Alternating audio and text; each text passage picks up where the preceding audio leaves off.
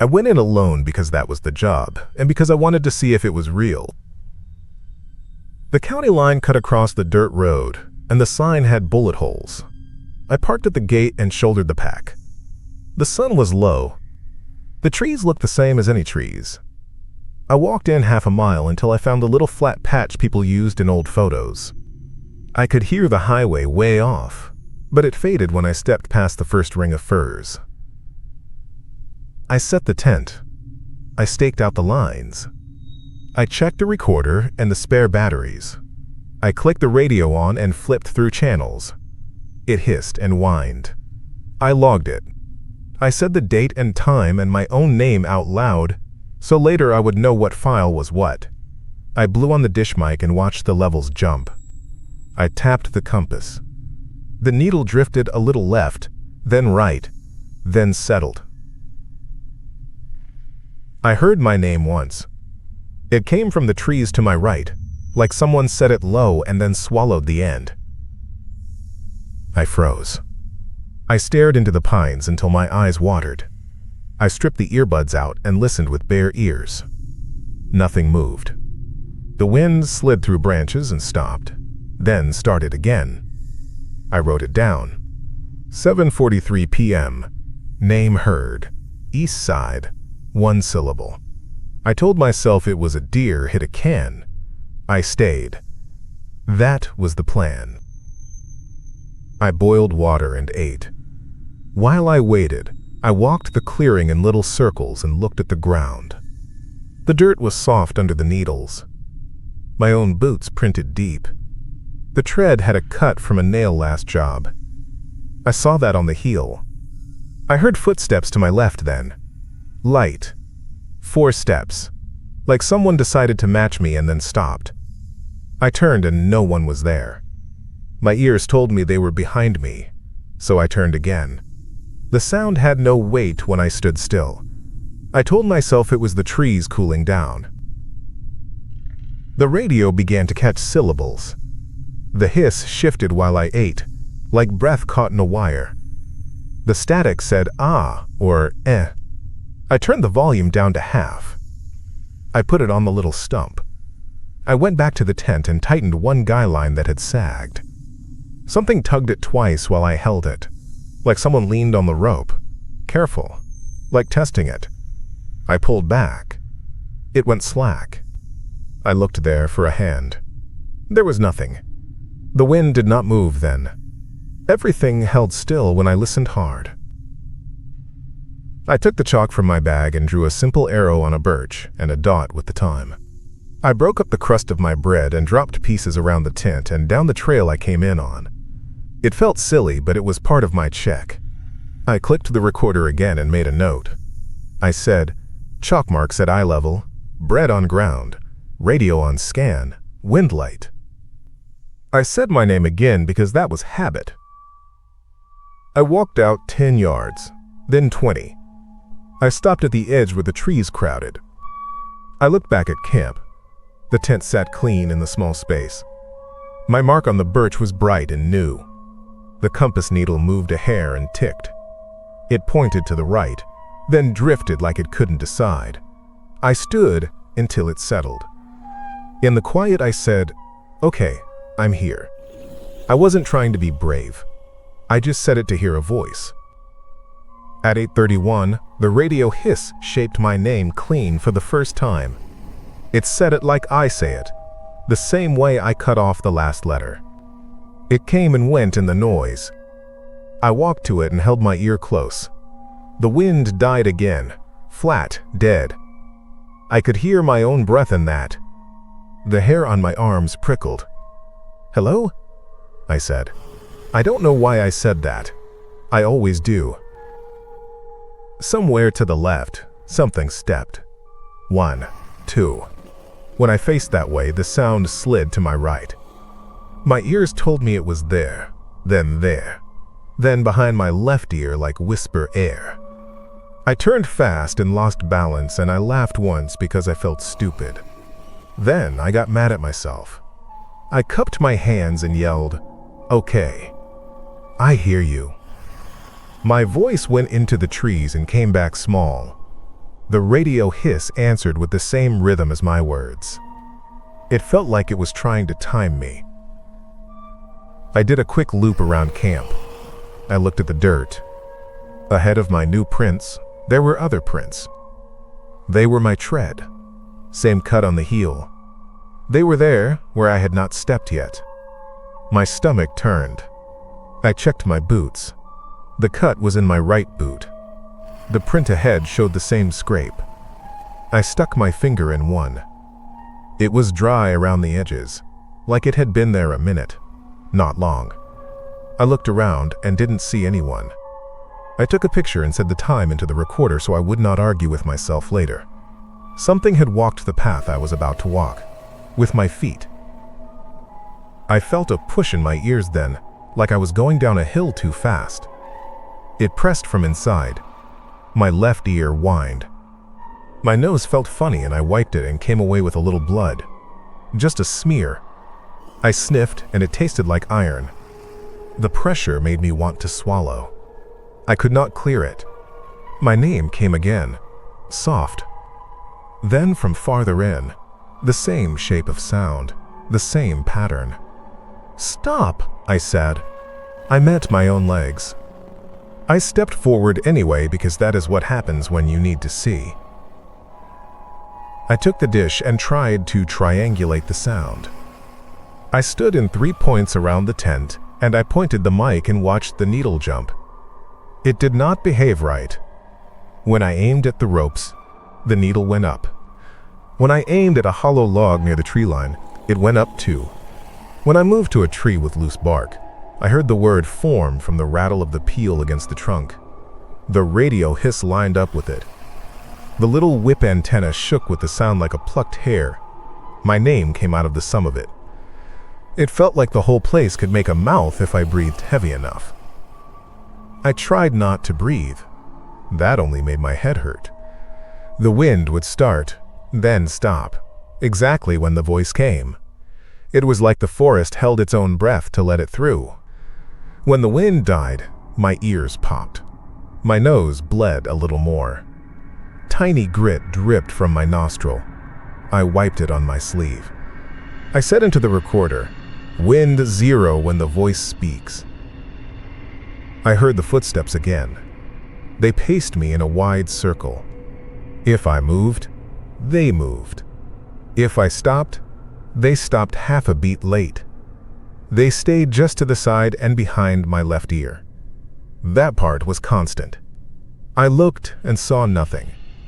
The pressure in my ears pushed harder. It made a high tone that went down my teeth. At the edge of the clearing, little stacks of stones stood where there had been none. 3 stacks at first, waist high, simple. I had not seen them when I boiled water. I walked to the nearest one and tapped the top rock with my knuckle. It rang like ceramic. I said, "Who put these here?" The breath of my words bounced off and came back wrong. By the time I turned, there were 5 stacks. I did not hear anyone set them. They just were there at the line where the ground darkened under the boughs. I looked down for my breadcrumbs. Most of them were gone. Not trampled, just gone, like they fell through. I told myself not to follow. Every part of me wanted to step into the trees because the voice stayed just beyond the stacks. It said my name in a normal tone. Then it said it like a mother calling a kid across a yard. It knew there was a way that hit a person. I clenched my fists and stayed by the tent. I said, "I am staying here." I tied a line around my waist and then to the center pole of the tent, a clean square knot. If I forgot myself, I wanted the tent to pull me back. The fabric shivered. The lines went tight, not from wind. They pointed into the trees, all of them, not random. The tent leaned a degree like a person leaning to listen. I told myself not to think like that. I checked the compass again. The needle went around slow and around, then dragged to a stop about 40 degrees off true. I tried to tap it back to sense. It drifted in the same little arc again. I looked at my chalk mark on the birch. The dot I made smudged, and the timeline was longer, like somebody dragged a thumb down and stretched it. I put another arrow on a different tree. When I looked back later, both arrows pointed deeper than I had drawn them. At 10:09, I heard my voice on the radio. I did not think it was my voice at first. It said, 8:31, light wind, one name. It was my cadence. It even had the throat clear, I always do. Then the hiss formed my name at the end, with the same click I make on the last syllable. My chest went cold. I clicked the radio off. It clicked itself back on. That made no sense. The switch was still down. The hiss filled the night and then cut right as the voice came. The silence was whole. It sounded like the inside of my head. My name came from the place where the guy line met the stake, like the string itself had moved. I tested it. I plucked the guy line. It twanged and my name came thick out of it, not loud, like a whisper under a blanket. I put my ear close to the line. The sound pressed into my ear canal and made the pressure worse. I tasted iron again. "Stop," I said out loud, but now because I was scared. I felt stupid for saying stop to rope. I sat down on the log and tried to breathe slow. I counted in my head. The voice set itself to that. That is the only way to say it. If I breathed in 4 beats and out 4, it rode the 4. If I sped up, it sped up. My own chest made the noise for it, through the lines, through the bark, through the hollow. It used me like a bellows. I wanted water. I reached for the bottle. The footsteps came from right behind my left ear, those same 4 and stop. I spun and the world lagged, like my head dragged the sound with it. I steadied myself with my hand on the center pole. The tent pushed against my palm like pressure under fabric. The lines drew another inch tight. The pole leaned toward the tree line an inch and held. I felt the knot at my waist pull. "Don't," I said again. My voice shook. Then it spoke clear and close, not my name. It was the first time it said a real word that I could not excuse as wind. It said, "Closer." The word hit on the out-breath. All the lines snapped in at once. The one at my left shoulder whipped. It slashed over my collarbone and bit my neck. It was fast and I saw nothing grab it. It caught me under the jaw and yanked.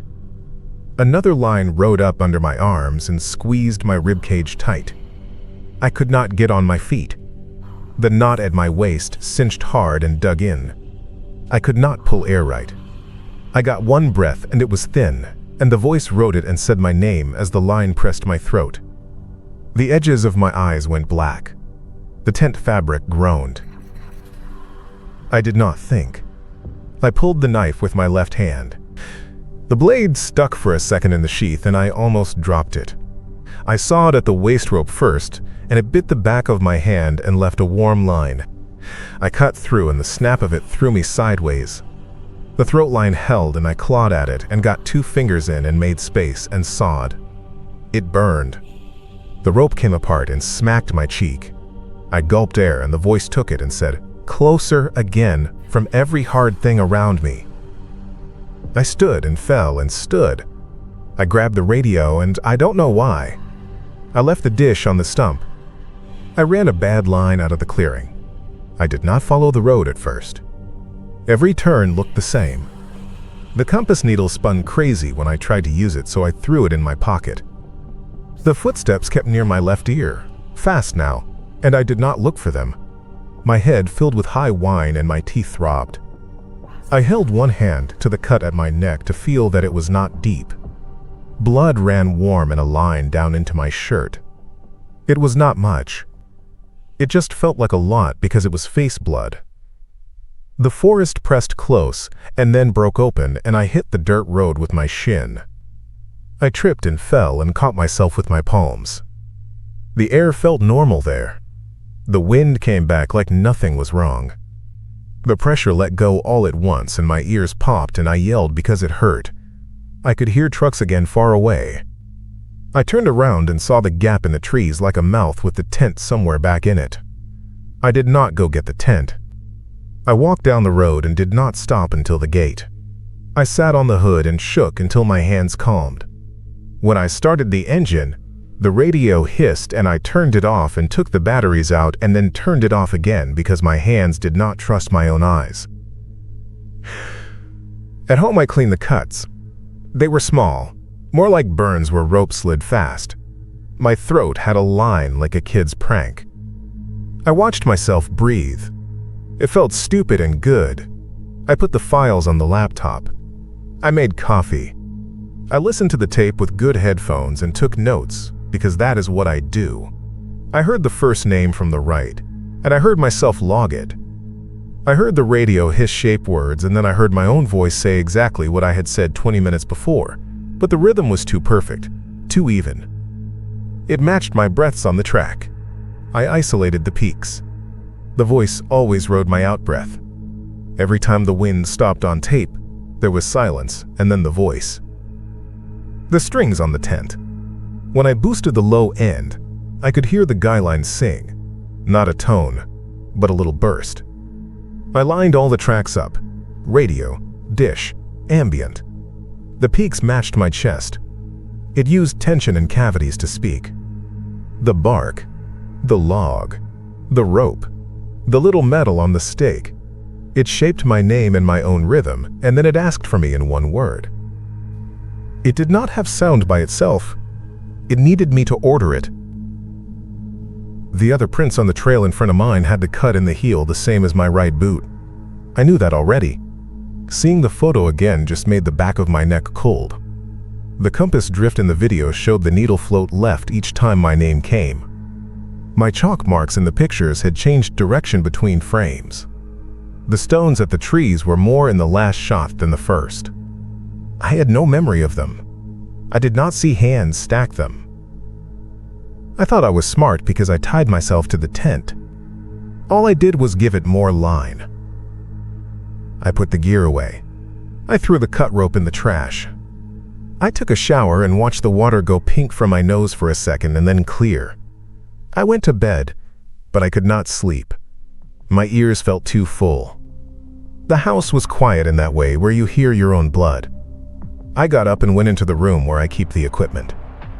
I opened the closet and reached up to a box of spare parts and cord and tape. A spare guy line uncoiled and hung there from the shelf. It was just a string, no knots, no weight on it.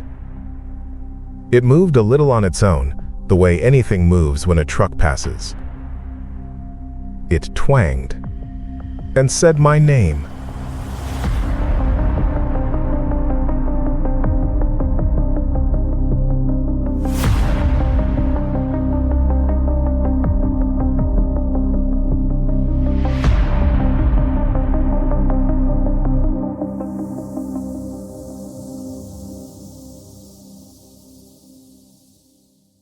Wait, before you go, don't forget to subscribe. It's the best way to make sure you don't miss the next one. And while you're here, hit like. It keeps the channel going and helps more people find these stories.